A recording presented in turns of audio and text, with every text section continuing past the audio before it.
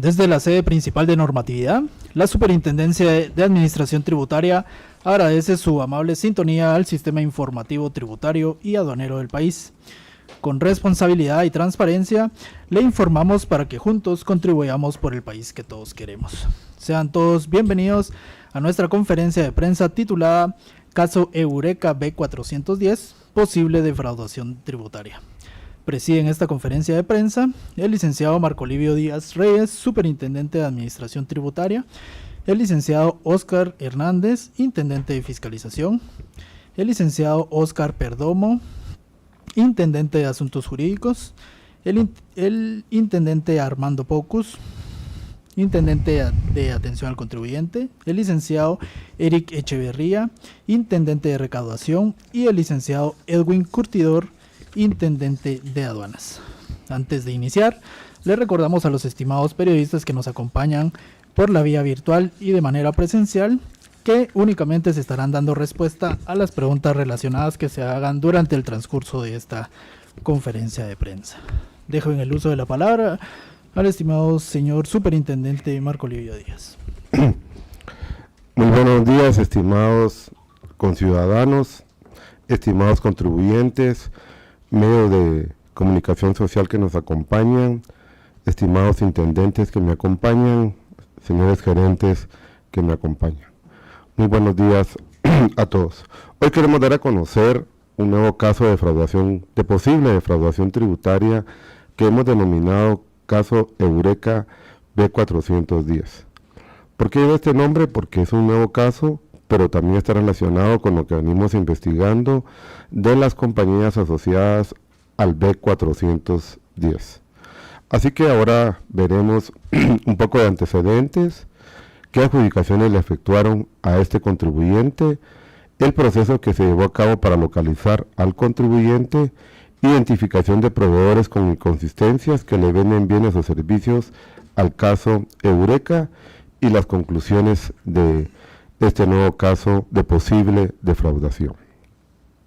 En antecedentes tenemos, primero quisiera decirle a la ciudadanía, a los contribuyentes, que cada día la Superintendencia de Administración Tributaria tiene más herramientas con las cuales ejercer el control.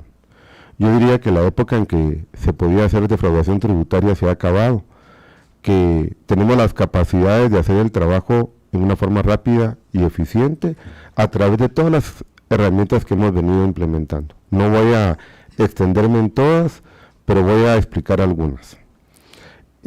Por ejemplo, nuestra herramienta de I2, que nos sirve para diagramar las relaciones que tienen los diferentes contribuyentes y que nos permite entender cómo están las relaciones entre socios, representantes legales, contadores, etcétera.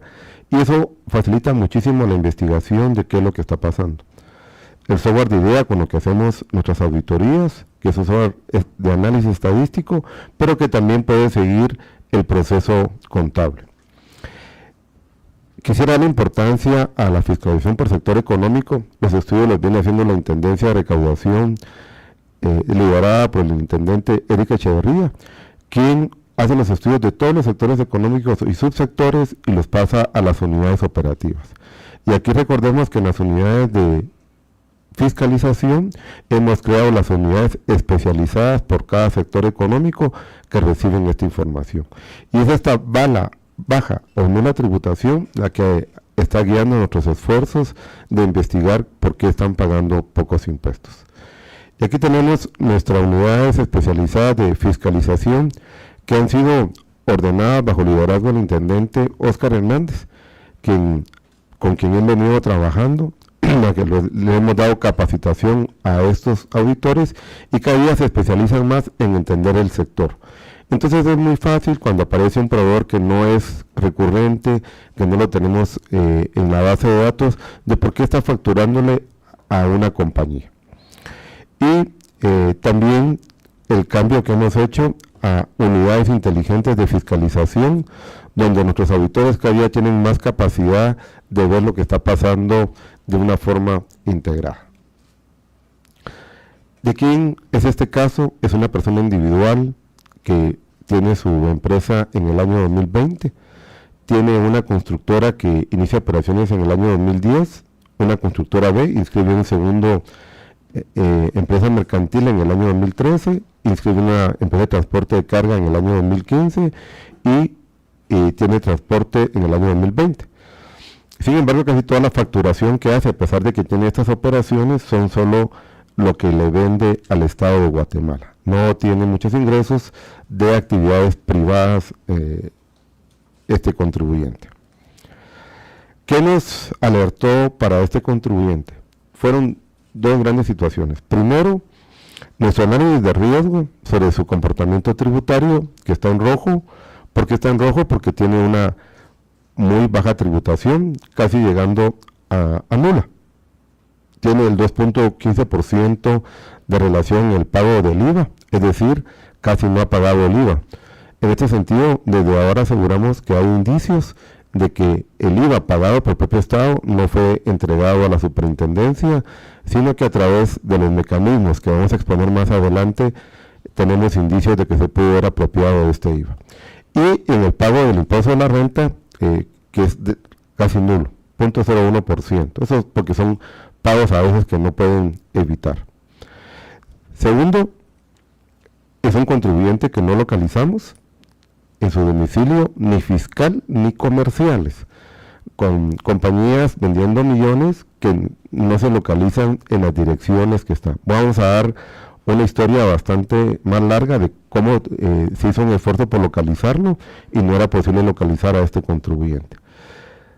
Segundo, nos registra compras de proveedores al caso B410, pero eso hay una relación con el caso B410, como explicaremos más adelante, cómo se une este proveedor también a compras a compañías que ya sabemos que son compañías inexistentes, con direcciones falsas, como lo hemos dado a conocer. Y por último registra compras a proveedores con domicilios no localizados. También esto lo vamos a desarrollar en nuestra conferencia de prensa, donde tenemos 19 contribuyentes que no es posible localizar. Entonces tenemos ante un contribuyente no localizado, que no paga impuestos y que le vende al Estado 133.5 millones durante el año 2021 al año 2024. Etapa de las adjudicaciones al contribuyente. Según datos de Guatecompras, a este contribuyente le han adjudicado 133.5 millones al Estado durante los diferentes años. Aquí están los años en que se le han hecho esas adjudicaciones. En el año 2021, 16 millones. En el año 2022, 72 millones, que representa el 54% de las adjudicaciones. Y quisiera hacer énfasis en que este año 2022 es el que la superintendencia decide fiscalizar por las incongruencias que venimos encontrando. El año 2023 con 42 millones y el año 2024 con 1.8 millones, para un total de 133 millones en adjudicaciones del Estado. ¿Qué proyectos se le han adjudicado? 32.6 millones del Instituto Básico Nacional de Educación María José Cefa Rosado Lara, en Cochumalguapa, Escuintla.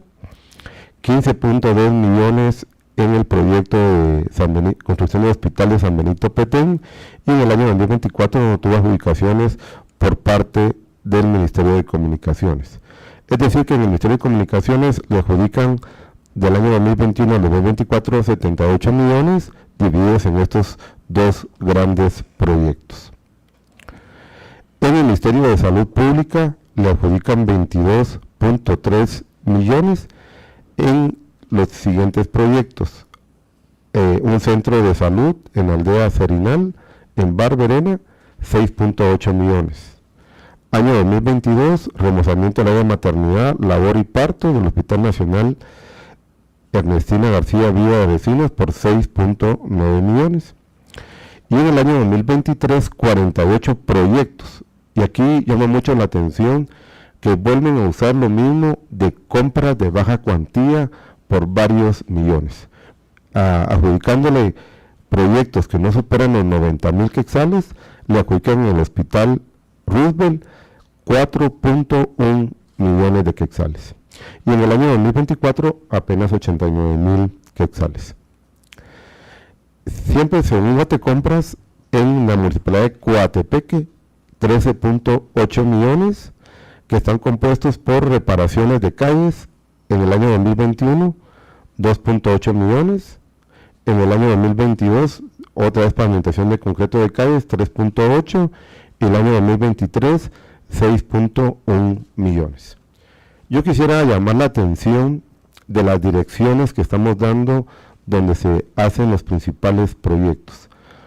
Uno, una escuela en Santa Lucía, Costamalguapa. Esto es importante que lo comprendan por algo que voy a explicar después. Santa Lucía, Costamalguapa.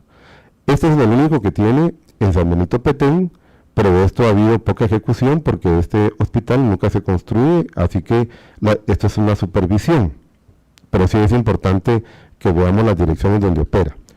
Después tenemos en Santa Rosa, Las Calles, y en Jutiapa, y en Guatemala. Es decir, no hay poca actividad en Petén, de donde es originario este proveedor.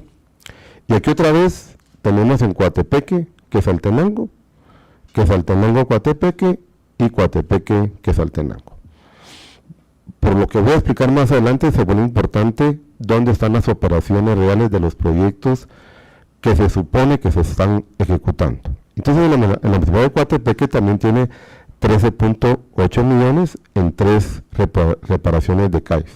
Y como explicaremos más adelante, tiene muy pocos activos para hacer estas reparaciones, tiene algunos camiones, pero no tiene ninguna maquinaria para hacer estos trabajos. Y las facturas de la renta de la maquinaria que se supone que utilizó para hacer los trabajos provienen de compras al esquema B410. Y como ya demostramos en conferencias anteriores, estas empresas B410 tampoco tienen activos para prestar estos servicios. Entonces estamos ante un caso también donde se involucra para hacer los trabajos maquinaria, pero el contribuyente no tiene maquinaria y cuando la renta se la renta a empresas que no tienen maquinaria. En la Municipalidad de Reforma San Marcos, 7.7 millones, mejoramiento de una calle por 2.6 millones y mejoramiento del camino rural que conduce a la aldea Santa Clara, Caserío San Isidro, la Reforma en San Marcos, por 1.5 millones. Municipalidad de la Libertad Petén, 2.4 millones. Los principales proyectos, hay otros, lo estamos diciendo todos, es el mejoramiento de la calle rural Caserío El Paraíso en la Libertad Petén. Aquí sí es en Petén, pero es una obra muy pequeña de 600,000, y la otra calle también es en la Libertad Petén, pero una calle pequeña de 200,000 quetzales. Entonces nosotros, viendo esta baja tributación, empezamos una etapa de localización del contribuyente. El 7 de mayo del 2024, él tiene registrado en el domicilio fiscal en el RTU el municipio de San Benito del departamento de Petén. También tiene una dirección comercial, la cual visitamos, van a ver después las fotografías de esas investigaciones. El 8 de mayo vamos a ver una dirección, la dirección comercial que tiene también en la zona 2 de Aldea Santa Elena del municipio de Flores Petén. Entonces, tanto el domicilio fiscal y la dirección comercial están en Petén, ambas no existen. El 10 de mayo vemos que hay una dirección comercial, no domicilio fiscal, en la residencial Eureka de la zona 21, pero es una dirección que está incompleta, por lo tanto no era posible localizarla. Y adicionalmente, los de la garita no reconocen el nombre de ese contribuyente, por lo cual no dejan ingresar a los auditores de la administración tributaria a verificar las direcciones. El 10 de mayo, ante no encontrar ninguna dirección ni domicilio fiscal ni comercial, se solicitan direcciones alternas. La superintendencia solicita a diferentes entidades del Estado si tienen alguna dirección registrada. El 26 de julio recibimos una respuesta de 2 direcciones alternas, otra vez en la zona 2 de Aldea Santa Elena de Flores Petén, que no es la misma de arriba, pero que tampoco existe. Y el 19 de julio recibimos otra respuesta en el Boulevard Justo Rufino Barrios de la zona 12, una dirección que tampoco existe. A él se le inhabilita, como vamos a explicar más adelante, y por lo tanto el 29 de agosto del 2024 vuelve a cambiar su dirección y aquí ya tiene una dirección completa en la residencial Eureka, donde finalmente permiten ingresarle a nuestros auditores. Así que después de mucho esfuerzo, pues logramos encontrar una dirección, pero fue ante la medida de haberlo suspendido ante el IVA y por lo tanto ya no podía facturar. Entonces aquí están las fotos de las direcciones donde se van a buscar. En San Benito Petén se recorre toda la calle, se pregunta por el nombre de la persona, preguntamos si hay alguna constructora que tenga operaciones en toda la calle, no existe.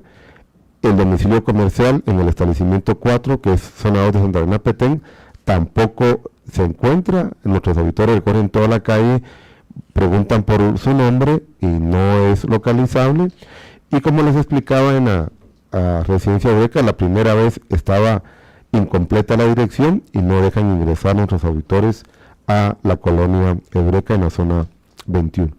Es hasta en agosto, aquí está donde pedimos algunas direcciones, que nos proporcionan otras direcciones, como lo expliqué hace un momento, otra vez en zona 2 de Santa Elena Petén, pero aquí pueden ver que no existe ningún establecimiento comercial o domicilio fiscal de oficinas, y la de Justo Rufino Barrios también se va a investigar y tampoco existe. Entonces estamos ante un contribuyente que no da las direcciones, que constantemente las está cambiando y se está escondiendo ante la administración tributaria. Al no localizar las direcciones, la Superintendencia Tributaria, bajo el artículo 120, procede a suspenderlo de la afiliación del IVA y ya no permite que siga facturando. Ante esta suspensión, el contribuyente se presenta y rectifica la dirección de la zona 21 en Eureka y nos dice que ahora sí la garita va a dejar entrar a nuestros auditores a que le notifiquemos, ¿verdad? Entonces hacemos este acercamiento y se presentan a esta vivienda que, como pueden ver, tampoco tiene una infraestructura comercial.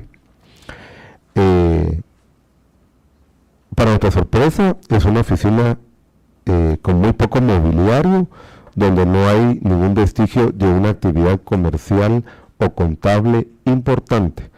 Y nos aparece en el sistema, ya con la nueva dirección, 3 sociedades también localizadas en esa misma dirección, que aparte de los 133 millones facturados por este contribuyente, facturan estas sociedades anónimas 193 millones. Es decir, que aquí ya hay una relación de sociedades anónimas con la persona individual que van a sumar 344 millones en facturación al Estado. Pero, como pueden ver, no hay activos que demuestren una sustancia real, infraestructura y capacidad empresarial. Y en todas las otras direcciones que hemos buscado tampoco vemos esa capacidad de infraestructura. Y en los registros contables aparecen algunos vehículos, pero no hay maquinaria y no hay, como lo voy a dar a conocer adelante, una sustancia real para hacer estas obras. Entonces, ya con lo localizado y la información, hacemos una investigación sobre el contribuyente. Ahí en pantalla están un poco nuestros nomenclatura para usar el programa I2, con lo que hacemos los relacionamientos que voy a dar a conocer a continuación.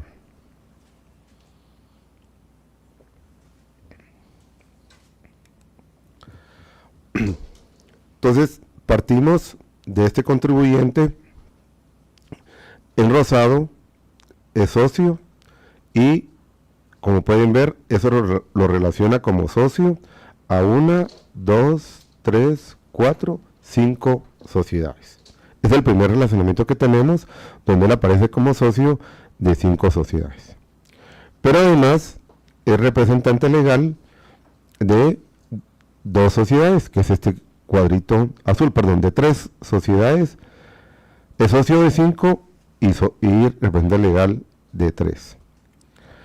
Con la dirección Eureka tenemos también que relacionamos estas sociedades, que son 3, como lo di a conocer, 3 sociedades también relacionadas por la dirección, y hay otra dirección en la zona 5 que nos relaciona estas otras 2 sociedades. Es decir, que están relacionadas por socios, representantes legales y direcciones. Los socios de estas sociedades también son proveedores del Estado.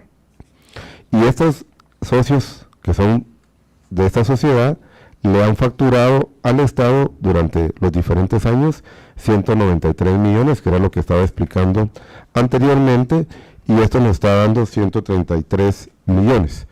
Y la suma de esto, rectificando, creo que lo dije mal, son 326 millones de facturación. De este contribuyente, como lo voy a explicar más adelante, le compra a 36 contribuyentes, bueno, le compra bastantes más, no ha sido posible fiscalizar a todos, pero tenemos a 36, de los cuales 17 son también no localizados, es decir, que las direcciones no existen. Y 19 presentan inconsistencias en sus compras, y eso suma 14.5 millones. Tiene compras a contribuyentes del caso B410 por 2.9 millones, lo que hace un total de compras sin sustancia económica, según lo que tenemos de indicios, por 17.4 millones de quetzales. Ahora voy a pasar a explicar cómo se comportan esos proveedores. Entonces, él como persona individual tiene algunos vehículos registrados, algunos camiones, pero no tiene maquinaria. Reporta en el ISR los mismos valores de mobiliario, equipo, maquinaria, vehículos y equipo de cómputo e inventarios, los mismos valores en los 3 años, como que no hubiera movimiento contable, es decir, no se registran depreciaciones, no hay cambio en los valores de los vehículos, no hay compras nuevas, etc. Con el inventario tenemos algo que es muy curioso. Inventario de mercaderías. En el costo de ventas del año 2021, el inventario final aparece a 0. Y los contadores sabemos que el inventario final es el inventario inicial del siguiente año, pero en el siguiente año ya reporta algunos millones de inventario. Es decir, no coinciden los valores reportados en el año 2021 con el inicio del año 2022. Esto solo se hace para agregarle valores al costo de ventas. Importante, este contribuyente que tiene 133 millones de adjudicaciones del Estado, reporta que no tiene trabajadores en su declaración jurada del impuesto sobre la renta en el año 2022, que ejecuta la mayoría de contratos. Tiene 0 trabajadores, 0 sueldos pagados. Entonces, una pregunta es, ¿cómo se hacen los trabajos, cómo se hacen las obras si no se reportan salarios?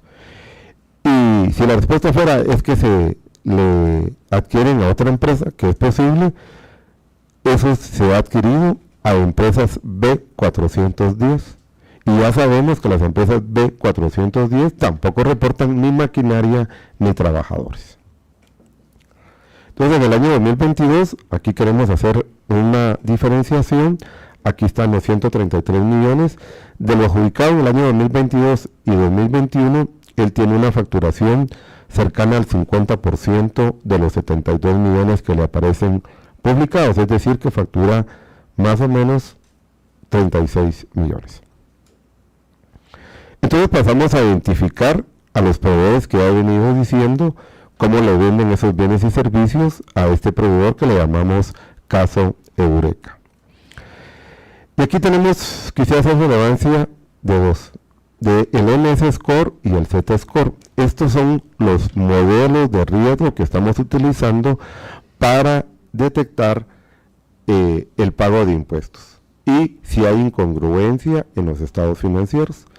Ambos modelos de riesgo nos reportan a este contribuyente no solo por su baja tributación, sino que por esas inconsistencias en los inventarios, que un año termina 0 y el otro año ya tiene inventario de una forma mágica.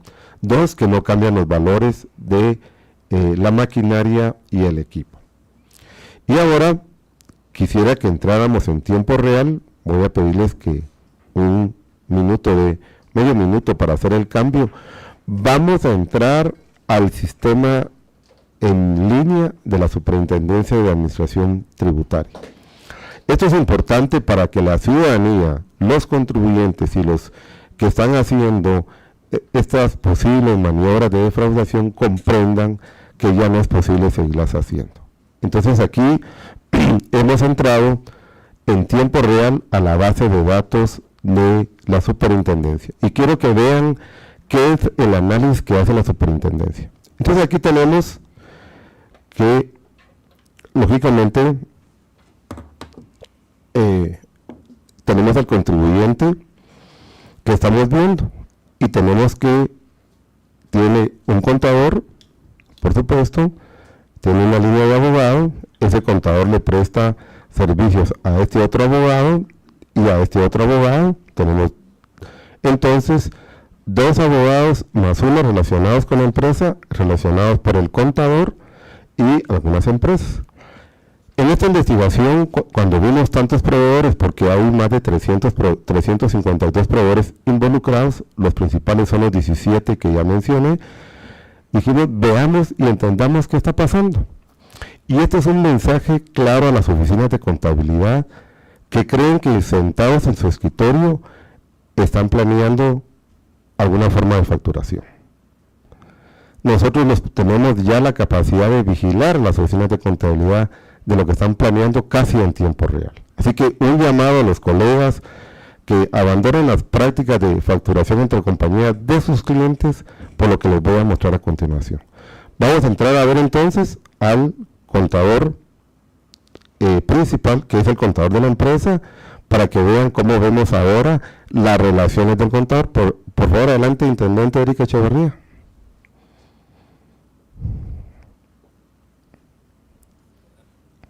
En este momento está cargando la información, hemos dado un clic y empieza a aparecer las relaciones que tiene ese contador con el resto de sus clientes y que muchos son proveedores de esta compañía.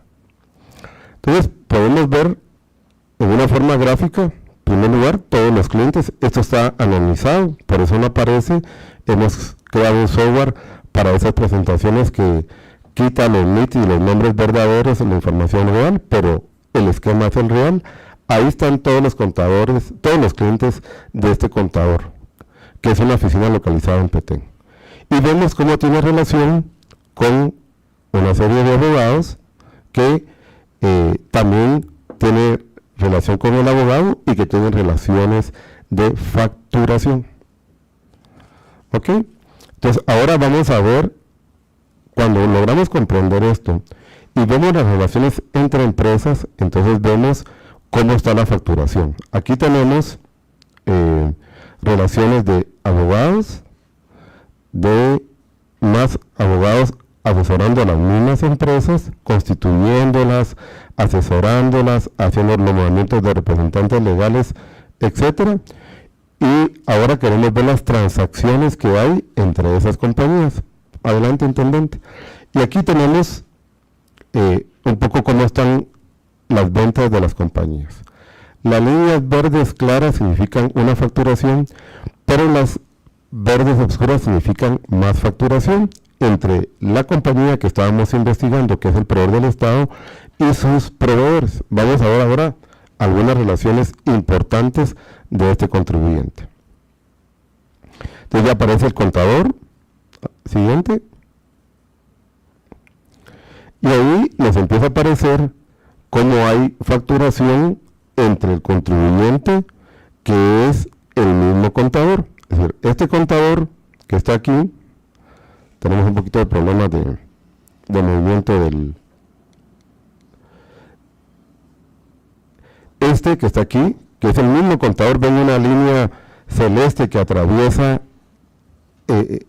el grafo, donde el mismo contador le está asesorando a otros contadores que a su vez, sobre todo en esta línea de aquí, que se está moviendo, las líneas celestes, estas, si ustedes siguen para abajo, él tiene otros clientes que le facturan a un intermediario y ese intermediario le factura al proveedor del Estado. Si pueden ver aquí en esta parte, tenemos un poquito de problemas en el grafo, pero el círculo que está, todavía no lo agrandemos por favor, el círculo que está a mi mano izquierda, vemos que es el mismo contador que asesora a las compañías que están en un círculo abajo. Esas compañías le facturan a un intermediario y ese intermediario le factura en esa línea verde oscura hacia la compañía. Entonces tenemos varias facturaciones entre los proveedores y la compañía. ¿Cuál es la teoría que manejamos? Que los clientes de esta oficina de contabilidad no facturan todo. Y ese contador le dijo a este contribuyente, mire, yo le puedo dar facturas de mis clientes. Y le vende facturas que no son del giro de esta compañía. Por ejemplo, hay una barrotería que le vende 2 millones de quetzales. No tiene mucho que ver con la actividad de la construcción. ¿Y dónde están las actividades de este contribuyente? Están, como dijimos, en Coatepeque y en San Marcos y en Santa Lucía, Cozumalguapa. Pero los abarrotes pertenecen a una compañía situada en Petén.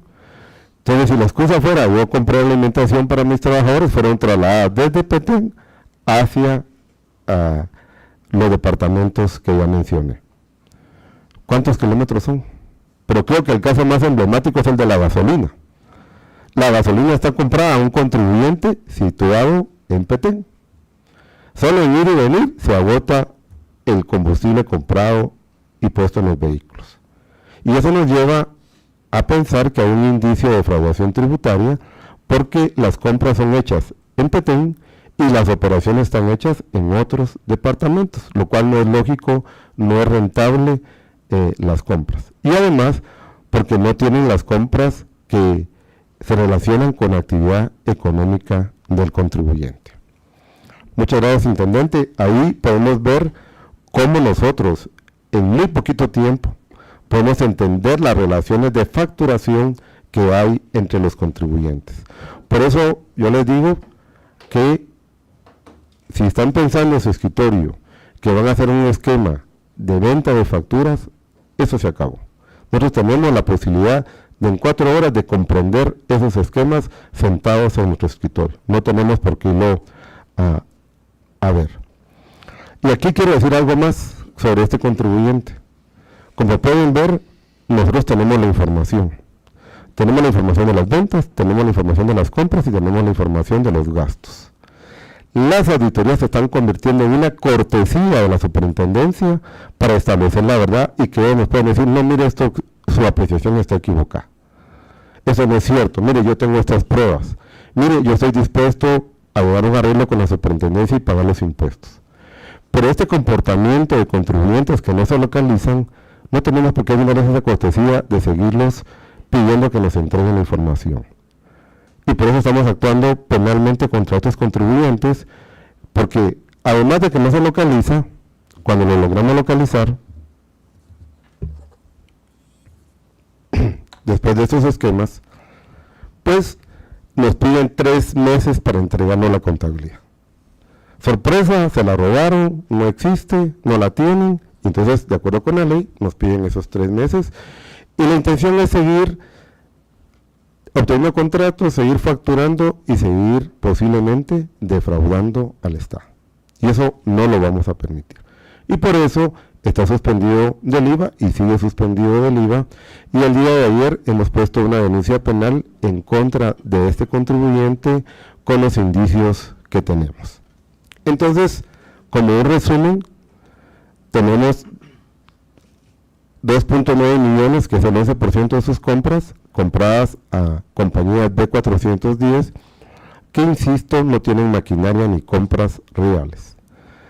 Tenemos compras a 17 proveedores no localizados por 5,4 millones, que significan el 20% de sus compras, y 19 proveedores con inconsistencias por dirección, como lo he explicado, que vemos que es poco probable que sea una operación con sustancia económica, por 9.1 millones, que es el 33%.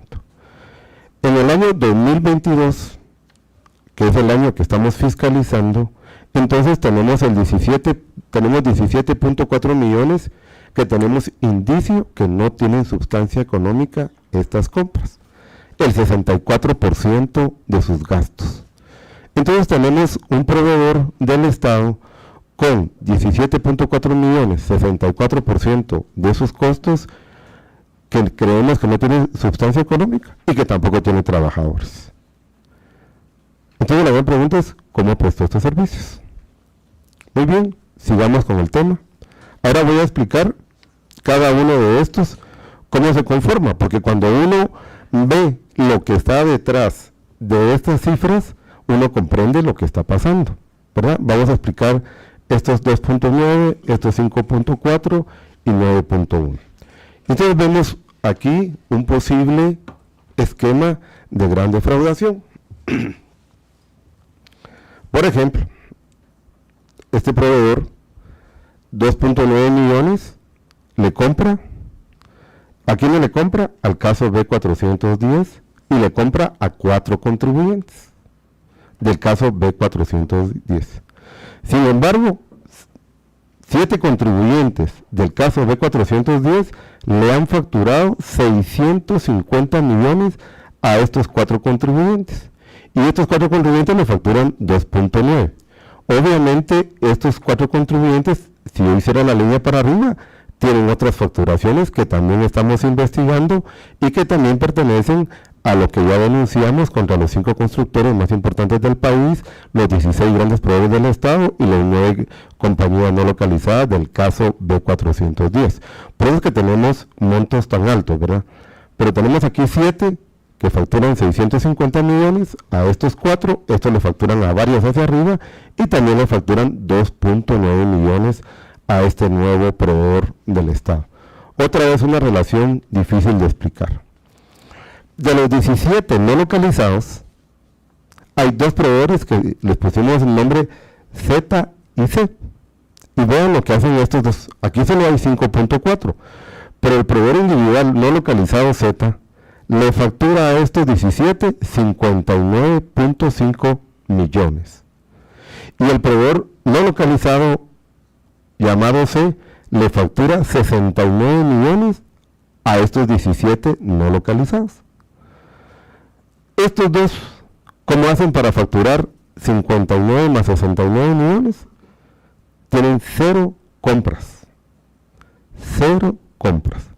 Por eso tenemos el indicio que estas compras no existen, porque parten de 0 compras y facturan grandes millones a proveedores que no son localizados, y estos proveedores no localizados le facturan a este proveedor 5 o 4 millones.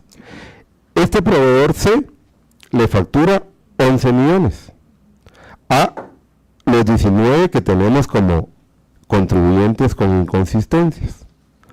Y este proveedor Z le factura 2.6 millones a estos 19 proveedores que tenemos como inconsistencias. Entonces, B410 que no tienen consistencia económica, 17 no localizados que sus compras provienen de proveedores no localizados que a su vez no tienen compras, 19 proveedores con inconsistencias que le compran a proveedores que no tienen sustancia económica y que le facturan 9.1 millones a este proveedor. Estos proveedores han facturado 142 millones y aparte del B410 les han facturado 172 millones. Entonces tenemos una relación que lo voy a hacer más adelante de 650, pero está en otro color, con 172, que da 822 millones, que van a ver cómo se relacionan con este proveedor, que aunque son cantidades menores, hay una relación entre las compras del B410 en un esquema de defraudación. Y estos proveedores individuales no localizados Z y C son los que se encargan de aparentemente, valga la redundancia, de las compras de los 17 no localizados y los 19 con inconsistencias. Entonces me voy a permitir dar algunos detalles de esas compras. Del caso B4, pues tenemos la B410-1 que le renta maquinaria. Esta compañía no tiene maquinaria. La B402, 900,000, renta maquinaria por movimiento de tierras, pero esa B2 tampoco tiene maquinaria. La B3, una sociedad anónima por 800,000, le renta maquinaria que no tiene, y la B4 le renta camiones tipo pipa que no tienen. 2.9 millones de compras con aparente inconsistencia porque las compañías B410 no tienen esa maquinaria. Después tenemos los 5 millones adquiridos a los 17 no localizados, donde vuelven a aparecer directamente los Z y el C. Pero recordemos que los proveedores Z y C le facturaron a todos estos montos para que lo pudieran facturar. Y los proveedores Z y C no tienen compras de dónde vender lo que están comprando. Entonces también tenemos 5.4 millones aquí de facturas que no tienen sustancia económica según los registros de la Superintendencia de Administración Tributaria. Y aquí tenemos compras a 19 proveedores. Uno que tenemos aquí. ¿Por qué tenemos este con celeste? Porque este le compró chatarra y ganado en pie por 172 millones, que aunque facturó poco, este otro lo estamos investigando por estas compras que hizo. Creemos que aquí vamos a encontrar otro sistema de posible defraudación tributaria. Y los 18 proveedores que ya expliqué, que son menos 19, tienen 8.6 millones para los 9.1 millones. Entonces, como pueden ver, todas las compras vienen de aparentemente compañías sin sustancia económica.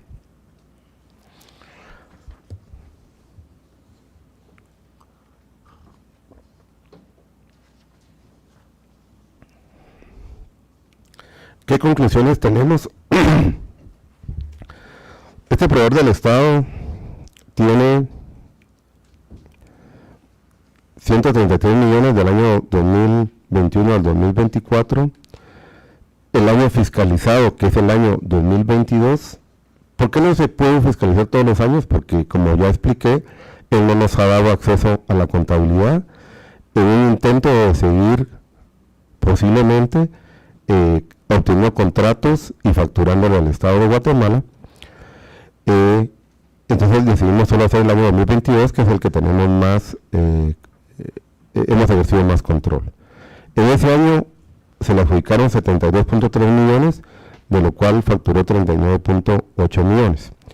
De esto, el B410 tiene 2.9 que provienen de 650, como lo expliqué anteriormente, y que suma por todo los 822 millones, que es lo que tenemos aquí, los 650 millones y los 172 millones ligados a diferentes líneas de facturación, unos directamente del B410 y otros a través de pasar a 19 proveedores con inconsistencia, 172 millones. Entonces aquí tenemos los 822 millones del caso B410, que por supuesto estamos investigando, algunos ya están judicializados y posiblemente aquí tendremos otros casos de posible defraudación tributaria. Tenemos 142 millones generados por proveedores que no tienen sustancia económica, que no tienen compras, que a su vez le facturaron a este proveedor 14.5 millones. Entonces tenemos 2.9 millones del caso B410, por eso le pusimos el apellido 410, y 14 millones provenientes de 17 no localizados, de 19 que tienen facturación sin sustancia económica, que le producen compras por 17.4 millones. Y de esta forma, esto se relaciona con el caso B410, que dimos a conocer en su oportunidad, por 5.730 millones de quetzales. Hemos presentado la denuncia el día de ayer ante los tribunales de justicia a través del intendente de asuntos jurídicos, el licenciado Óscar Perdomo, por una posible defraudación de 6.9 millones en impuestos compuestos por 1.7 millones del IVA y 5.2 millones en impuestos sobre la renta. El día de hoy le hemos entregado una copia completa de nuestra investigación, que consta de ¿cuántos folios? De 59 folios, con las pruebas correspondientes a al Ministerio Público, a la señora fiscal y a la Contraloría de Cuentas para que ambos inicien las investigaciones pertinentes por los otros posibles delitos que ha cometido este contribuyente. Estos son indicios, respetamos la presunción de inocencia, pero como les digo, el contribuyente se ha negado a acercarse, a entregarnos la contabilidad, así que no nos deja otra alternativa, y quiero hacer muy claro en este sentido que a todos los contribuyentes que demuestren este comportamiento, 1, no localizados, 2, que ante cualquier notificación de auditoría ponen un amparo, o 3, que ponen una denuncia que se ha perdido la contabilidad, los vamos a catalogar como posibles defraudadores y vamos a iniciar acciones penales en contra de estos contribuyentes. Vuelvo a decir, las auditorías se han convertido en una cortesía de la superintendencia para que demuestren que tienen los documentos que pueden demostrar que nuestras conclusiones están equivocadas, y los que se nieguen a aceptar esa cortesía, pues vamos a judicializar el caso. De mi parte, pedirle a los estimados colegas, contadores públicos y auditores, oficinas de contabilidad, que abandonen la práctica de poner en contacto a sus clientes para que se produzca lo que le llamamos la aparente venta de facturas. Nosotros podemos observar ahora cómo interactúan todos los clientes de una oficina de abogados, contadores públicos o de peritos contadores. Los podemos ver a través de nuestro sistema casi en tiempo real.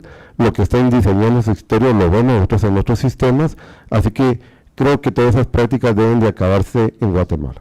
Por el bien de nuestro país, todos los guatemaltecos estamos obligados a pagar nuestros impuestos y que esos impuestos sean usados para proveer de bienes y servicios a la población más vulnerable de nuestro país. Así que invito a todos los guatemaltecos a que sigamos contribuyendo por el país que todos queremos. Muchas gracias. Muchas gracias, señor superintendente. Vamos a pasar a la ronda de preguntas. Vamos a iniciar con unas que nos llegan a través de las diferentes plataformas sociales. La primera es si existe alguna herramienta para que los contribuyentes o las empresas también puedan verificar a quién le están comprando servicios. Bueno, hemos dado a conocer el verificador integrado que aparece en nuestra página web. No es infalible, pero creo que es un buen comienzo. Cuando deben impuestos aparecen ahí en rojo, o si están no localizados también aparecen en rojo. Si tienen otros incumplimientos aparecen en rojo. Así que ha aumentado considerablemente, pero invito a todos a usar el verificador integrado que aparece en nuestra página web, y a las grandes compañías a que instalen en su sistema como parte del proceso de compras nuestra versión dirigida a sistemas contables del verificador integrado. Tal vez, creo que sería bueno darle la palabra a los presentes porque tuvieron la gentileza de acompañarnos. Con mucho gusto. Pueden utilizar los micrófonos que están a un costado indicando el medio que representan. Muchas gracias. Buenos días, Jessica Osorio, soy 502. No van a revelar el nombre del contribuyente mientras que está la investigación, me imagino, pero ¿tienen algún como convenio con la Contraloría también para ver el avance de las obras que supuestamente y que no quiso facturar? Bueno, aquí hay varias acciones. Número 1, sí estamos trabajando de la mano con la Contraloría de Cuentas, proporcionando nuestra información. Nos hemos reunido por el caso B410 y les tocará determinar si hay alguna responsabilidad de algún funcionario público en lo que está pasando. 2, estamos también trabajando, lo voy a decir de una vez, con el MP. Tenemos mesas técnicas donde también le estamos proporcionando información. El Ministerio Público nos ha pedido más información de algunos casos. No es fácil a veces recabarla, la hemos recabado y la estamos terminando de entregar. Y ellos también están investigando de acuerdo a sus facultades, haciendo allanamientos y otras investigaciones, y esto está solidificando las investigaciones que está haciendo la superintendencia. Y tercero, los ministerios. Tuvimos el caso del Ministerio de Salud. Aprovecho para felicitar al señor ministro de Salud, el doctor Barnoya, que rápidamente hizo una investigación y salió diciendo en una conferencia pública que la mayoría de eventos que habíamos denunciado nosotros sin sustancia económica efectivamente no se prestaron en los hospitales del país. Buenos días, Daniel Collín de TN23, superintendente. Concretándonos entonces, este proveedor tiene una posible defraudación tributaria de 6.9 millardos en impuestos millones. Directamente, para resumir y para explicar a la población cuáles son los principales líneas de conexión de contratos o tipo de, en este caso, servicios detectados, y a la vez si hay otro proveedor, en este caso, que podría tener el mismo patrón. Sabemos de que el caso B410 ya se han presentado varias acciones de amparo que han frenado la investigación o bien han rehabilitado el IVA de grandes empresas. Hasta el momento de ese caso, ¿cuánto se ha logrado en el avance, o bien si ya se ha coordinado alguna judicialización o bien proceso de captura? Gracias. Muy bien, un resumen sería, este proveedor del Estado tiene adjudicaciones en Guatecompras por 133 millones. Hemos fiscalizado el año 2022, donde tuvo 72 millones de adjudicaciones, de los cuales facturó más o menos el 50%. De ese 50% facturado, nuestras investigaciones tributarias concluyen que tenemos indicios que el 64% es falso, que no tienen trabajadores, por lo cual también creemos que aquí hay que investigar qué pasó con la entrega de esos bienes y servicios. Eso le corresponde a la Contraloría General de Cuentas y al Ministerio Público. De esos 64% comprado, 2.9 millones provienen del caso B410, 5.4 millones provienen de 17 proveedores no localizados y 9 y pico, me parece, provienen de 9.1 de 19 proveedores con inconsistencias. Esos 19 proveedores con inconsistencias provienen de compras a proveedores no localizados llamados Z y C, que han facturado en total 142 millones para crear esta red. Entonces, indudablemente, nos falta investigación que hacer contra todos esos proveedores que han salido, los 17, los 19 y los proveedores Z y C. Respecto a los amparos, se han rehabilitado 30 compañías a la afiliación del IVA y 32 al REGAE. Estamos a la espera de la sentencia de la Corte de Constitucionalidad. Nosotros hemos recurrido a un amparo. Creemos que la SAT tiene la potestad de desafiliar por incumplimiento en el IVA a todos estos proveedores. No han detenido las investigaciones que estamos realizando, ni de parte nuestra, ni del Ministerio Público, ni de la Contraloría de Cuentas. Creo que las tres instituciones seguimos avanzando. No son casos fáciles, son casos complejos, se requiere mucha información, mucho detalle, hay que tener cuidado con eso, así que creo que las tres entidades seguimos investigando. Ampliando, superintendente, ¿se ha notificado a autoridades de gobierno en torno a estos proveedores para tener la detección correspondiente en torno a las compras que se estén realizando como línea de alerta sobre este proveedor, que sabemos que según la investigación no se puede dar el nombre? La primera, y la otra es de que sí, algunas empresas han señalado que podrían tomar acciones. Esto en relación a que se ha tenido que fortalecer su seguridad ante amenazas por revelar estos dos casos millonarios. Gracias. Sí, como la denuncia fue interpuesta el día de ayer y hoy estamos dando la conferencia pública, el día de mañana le avisaremos al Ejecutivo los nuevos proveedores que están bajo investigación por posible defraudación tributaria. Sí, efectivamente hemos tenido, lamentablemente hay que decirlo, la necesidad de redoblar la seguridad de creo que todos los presentes, porque todos hemos hecho parte del trabajo que hemos dado a conocer, así que hemos reforzado la seguridad de los intendentes y también se ha reforzado mi seguridad. Buenos días, buenos días, superintendente, y a los otros intendentes. Yo sí tengo varias preguntas. Usted ahorita prácticamente explica una red de varias empresas que le compraban a otras empresas y que le terminaban vendiendo a este proveedor, si yo no me equivoco. Todas estas empresas que usted acaba de mencionar, estos 19 con inconsistencias, estos otros que le compraban a B410, ¿todos están inhabilitados ya?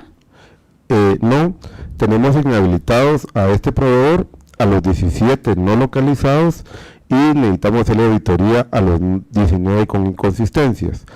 Aquí hay una gran pregunta: ¿cuándo poner las denuncias y cuándo darlo a conocer? Yo sé que ahí se dan esas preguntas. Pero una razón para dar a conocer y deshabilitar parcialmente a algunos es que es muy tardado terminar el trabajo de investigación sobre todo cuando uno pide la información y le presentan un escrito pidiendo 3 meses de que no existe la contabilidad, que se la han robado, que se ha perdido, etcétera. Y eso hace más tardado el proceso. Si esperáramos a que terminara todo el proceso, pues yo creo que habría una posible sustracción de los recursos del Estado. Por eso hemos hecho un esfuerzo parcial en este caso de presentar las denuncias con lo que teníamos, y vamos a seguir investigando. Nos faltan esos 19 y los proveedores llamados Z y C. Gracias. Ahora, en torno a esto, cuando se inhabilita, porque sabemos que también, por ejemplo, en el caso B410, hay algunas empresas, y justamente yo hace como 2 semanas me topé con una que tenía un contrato vigente todavía en el CIV, y justamente el contrato tenía que haber finalizado en noviembre de este año, pero la respuesta que me da el Ministerio de Comunicaciones es que no pueden hacer nada porque está inhabilitado, hasta que la empresa no se ponga, digamos, en contacto con ustedes y ya los puedan volver a inhabilitar. ¿Qué pasa si no se inhabilitan estas empresas que todavía tienen contratos vigentes con el Estado? Porque, pues, digamos, legalmente el Estado no puede hacer nada, se quedan las obras paradas.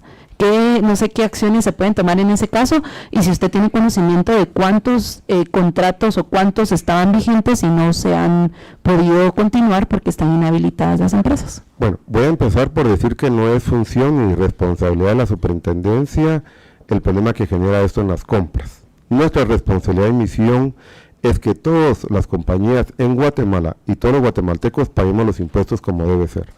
Así que nosotros vamos a seguir ejerciendo nuestras funciones de requerir el pago de los impuestos que corresponda. En este sentido, lo que yo puedo decir es, si las compañías quieren habilitarse y terminar los contratos, deben de pagar los impuestos, deben de permitir en primer lugar las auditorías. Podemos estar equivocados, los montos pueden variar, eso es parte del proceso. Recordemos que muchas de ellas, cuando presentamos la denuncia original del caso B410, también eran no localizados. Segundo, los que localizamos, igual que este proveedor, presentaron que se les había perdido la contabilidad. Recordemos que los 16 principales proveedores eran 16 mil millones de ventas, perdón, 6 mil millones de ventas, y dijeron, miren, se les perdió la contabilidad. Entonces procedimos a demandarlos. Así que si ellos quieren salir del problema, lo que tienen que hacer es presentar su documentación, permitir, que ya la mayoría lo hizo, que hagamos la auditoría, que se establezca exactamente cuánto deben y pagar los impuestos. Mientras que eso no suceda, no es mi responsabilidad lo que pasa en las compras, y vamos a seguir exigiéndoles, porque aquí también hay competencia desleal contra compañías que no pueden cotizar, que no le prestan servicios al Estado, porque es imposible competir con estas compañías. Así que esa es mi responsabilidad y la vamos a seguir ejerciendo conforme a la ley.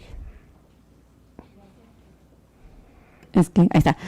Gracias, superintendente. Y una última pregunta, ¿por qué no dar el nombre del proveedor si se hace una conferencia de prensa? Esa es una decisión de la superintendencia y no lo vamos a dar a conocer. Intendente, buenos días, Bernie Álvarez de Nuevo Mundo. Usted mencionó algo sobre la Municipalidad de Santa Lucía Cochumalguapa y lo resaltó mucho durante su conferencia. Quería saber si tendrá algún vínculo este contribuyente con esa municipalidad directamente. Gracias. Bueno, yo resalté varias direcciones. ¿Por qué lo importante de las direcciones? Una en Santa Lucía Cochumalguapa, otras en Coatepeques y San Marcos.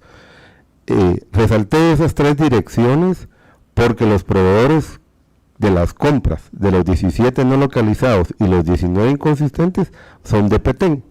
Entonces, ¿por qué comprarle a empresas localizadas en Petén y trasladar todo eso, por ejemplo el combustible, hasta esas direcciones.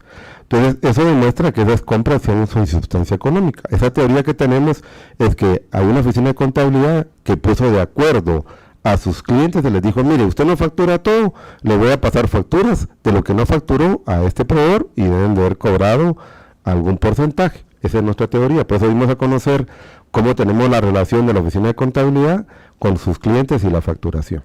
Pero el único propósito fue decir, por ejemplo, que no es lógico comprar combustible en Petén cuando los trabajos se están realizando de mejoramiento de calles en San Marcos y Coatepeque.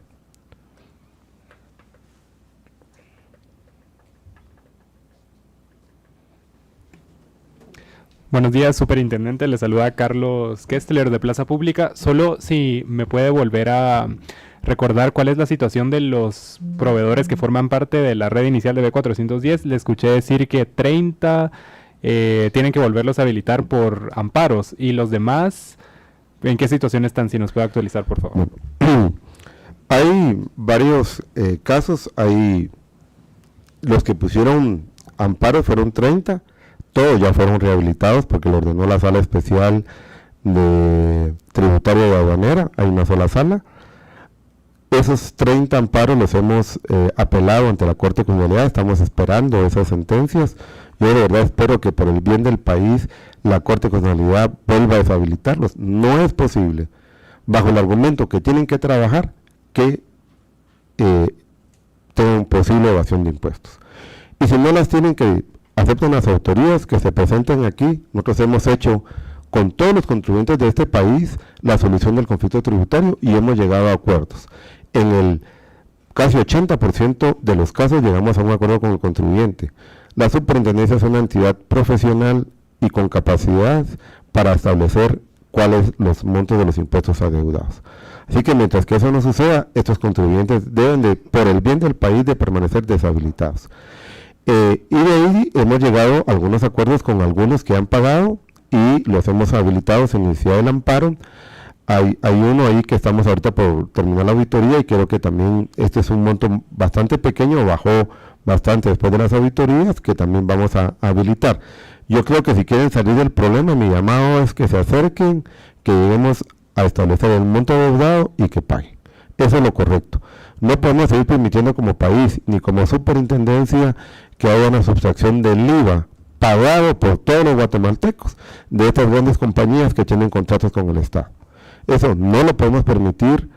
Yo creo que es como demasiado el abuso de haber tomado el IVA que el propio Estado pagado por todos los ciudadanos de Guatemala, y que no lo reporten a la superintendencia con estos. O sea, la superintendencia y yo como superintendente estamos en la posición de no seguir permitiendo este esquema de posible defraudación tributaria al Estado de Guatemala. ¿Y los que no se han acercado a ustedes o han interpuesto acciones legales, como cuántos son? ¿Son la mayoría, la minoría? Son la mayoría y por eso estamos esperando la sentencia de la Corte de Constitucionalidad. Superintendente, siempre dándole seguimiento a lo compartido por el compañero Kessler, de las empresas que se han acercado a solventar su situación, ¿cuánto se ha recuperado hasta el momento y cuánto podría haberse incrementado? Sabíamos de que cerca de 300 millones eran de evasión, pero luego de las verificaciones podría haber aumentado, pero hasta el momento, ¿cuánto se ha logrado recuperar por lo mínimo de antes de las acciones ya señaladas? La demanda en total fue por 300 millones, de eso se han acercado 6 contribuyentes y han pagado 24.8 millones. Hay algunos que han rectificado antes de hacer la auditoría. Ahora estamos haciendo la auditoría y vamos a ver si lo rectificado corresponde realmente a lo demandado. En algunas no, las rectificaciones no fueron suficientes y estamos terminando las auditorías. Yo creo que los proveedores del Estado ante los amparos se alejaron otra vez de la superintendencia porque ahorita no tienen ningún efecto. pero tarde o temprano van a tener los efectos, así que mi llamado a estas compañías es que se acerquen a la superintendencia y que lleguemos a un acuerdo de cuánto es lo que realmente se debe. Por ejemplo, algunas en el año 2022 pues tenían facturas impresas, no FEL. La FEL estuvo completa en el año 2022 a mediados de año, entonces es posible que bajen los montos, pero creo que lo mejor, como lo he dicho, las auditorías son una cortesía para determinar la realidad de la deuda tributaria.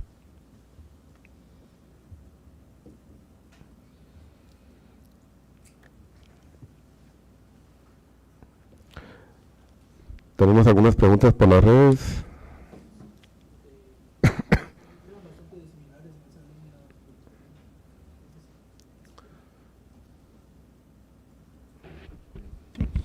No tenemos más consultas, señor superintendente. Vamos a continuar con la conferencia de prensa, dejándolo en el uso de la palabra para la conclusión. Yo quiero agradecer el liderazgo de todos los intendentes, del intendente Curtidor, del intendente Hernández, del intendente Oscar Perdomo, del intendente Echeverría. Creo que en conjunto hemos hecho las nuevas capacidades de la superintendencia. Quiero agradecerle también a nuestro personal, a los gerentes normativos y operativos de las intendencias. Este caso pues ha sido liderado por la Intendencia de Fiscalización y por las gerencias operativas, porque este caso viene precisamente de el estudio de una gerencia operativa. Así que también agradezco a esta gerencia el haberse involucrado en el caso y haberlo presentado, y estas son las unidades de investigaciones especiales que ahora están bajo la Intendencia de Fiscalización. Y quiero agradecerle a los gerentes de asuntos jurídicos y a los abogados que están llevando estos casos y a los auditores que han firmado las denuncias por su valor y compromiso y amor por Guatemala. Muchas gracias a todos por contribuir por el país que todos queremos. Desde la SAT reiteramos nuestro agradecimiento a usted, señor contribuyente, y a los medios de comunicación que nos permiten llevar este mensaje a toda la población. Esperamos que tengan un feliz día a todos.